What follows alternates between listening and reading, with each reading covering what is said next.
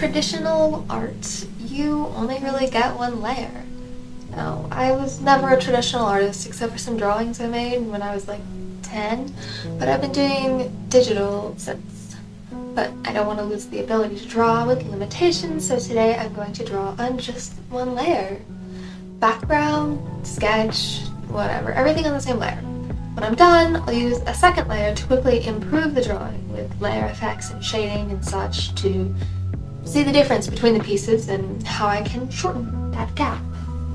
Because I don't have anything better to do with my time, I guess.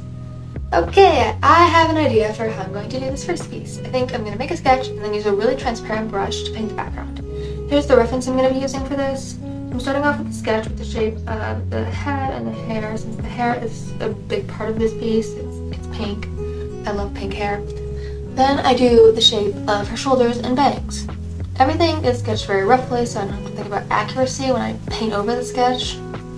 I use a dark purple shade for the outline. Since all I have is the sketch, I didn't bother to prevent it from going inside the outlines of the hair. Next, I'm doing the basic shapes of the hair. The lighter colors at the base and the shadows near her bangs. I render out more shapes in the hair, trying to work from big to small. I try to shift the value in here around so some of the shapes are more gray or orange or dark. I'm not done with the hair, but I'm going to take a minute to work on the clothes. I used a dark gray for the part that would catch the light and pure black for the part hidden under her hair. You know, don't ever use pure black. Whatever, I did it anyway. I'm very used to rendering skin first, especially on the face, so it's kind of weird for me to render the skin last and then the shoulders before the face, but this is about doing things differently. I'm actually blocking in the lips before I even color the face, not the place. This is different than how I normally color things, but if I can't draw the lips on another layer, this will have to do. Next, I block in the skin around the sketch of the face. You'll notice I didn't sketch any facial features when I made the sketch. I also tried to add a bit of orange effect around the shadows, but without my precious soft flat layer. Oh my god, I cannot speak. Layer. This proved to be difficult. I struggled a lot to get the features right on this piece. The angle is a little different than the reference, so the nose, drawing the nose without having it sketched in, was kind of hard, and I probably should have sketched it in. I also could have just sketched on top of what I had already painted, but I didn't think of that, did I? I put in a little bit of blush, and then I softened the shading around the lips to make them look more juicy. Yeah, we're going with juicy.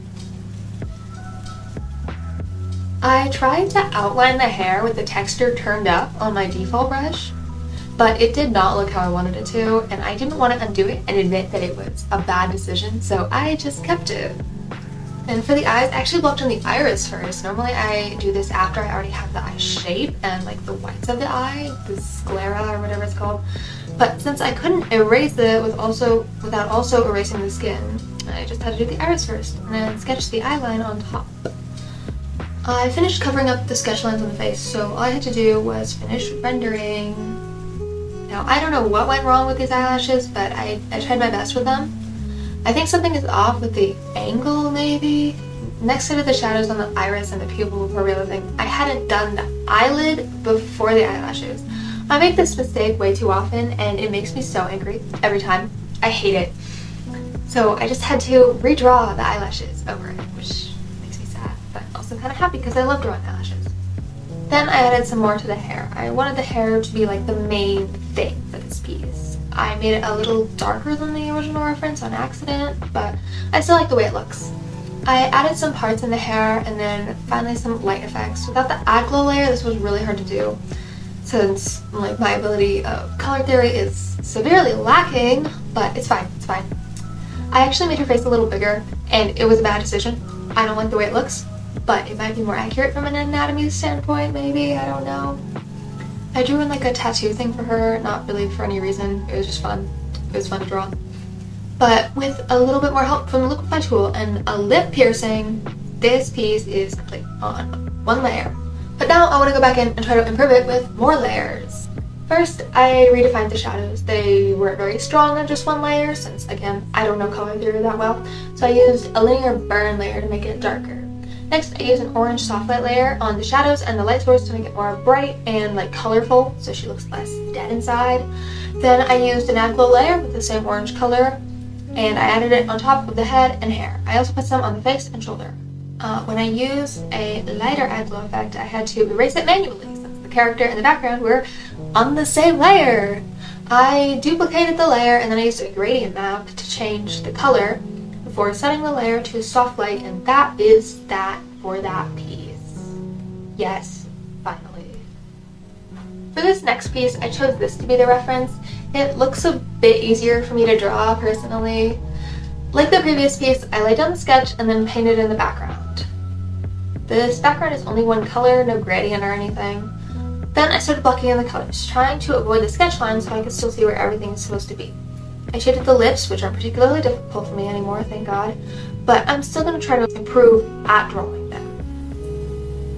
I also blocked in the under eye fat and the shape of the nose. I added the best part of the lips, the highlight. Now they're juicy. I also blocked in the whites of the eyes and then went back and changed their color to a darker purple. Her eyebrows were actually really fun to draw. I'm not very good at drawing eyebrows yet, so I'm happy with how these turned out. I added a bit of a shadow underneath her eyebrow to add some more dimension to her face, and I also defined her eyeline a bit more and added some red from her lips for the tear duct. My favorite part, I draw a little circle for the iris and then added a dark, more saturated color on top of it. And then I repeat this process again with a darker, more saturated color, and then I use the darkest shade for the pupil. No black this time. I have given her eyes some sparkly highlights, which I also didn't do in pure white, so yay for me. And I also drew in some very nice looking eyelashes, if I do say so myself. Bit of liquify later, and this is how she's looking. Now it's time for the hair. I always block in the general shape. Ideally, when I'm working on multiple layers, I'll draw the outline on its own layer so I can fill it in without the hassle of the layer beneath it getting in the way, but since that's obviously not an option right now, this took a bit longer than usual, but that is okay. I also did some of the skin on her arm, and then I noticed in the reference, you can clearly see where the back of her shoulder blade is. For a long time I thought that bone was called a shoulder blade because, you know, it's blade shaped and it's by your shoulder, but apparently it's called the scapula. I definitely didn't say that right. But anyway, back to the video, and no more stuff about bones. I drew in her scapula and rendered it a bit before drawing on her dress, the same way I did her hair. In the reference, I thought at first you couldn't see her neck at all, but then I realized you could see a little sliver of it peeking through her hair. So I added that in, and then I also added some shadows on top of her hairline. I tried to add some like bright orange for that subsurface scattering effect, but it's kind of hard without a soft light layer, and you can't really tell that it's there.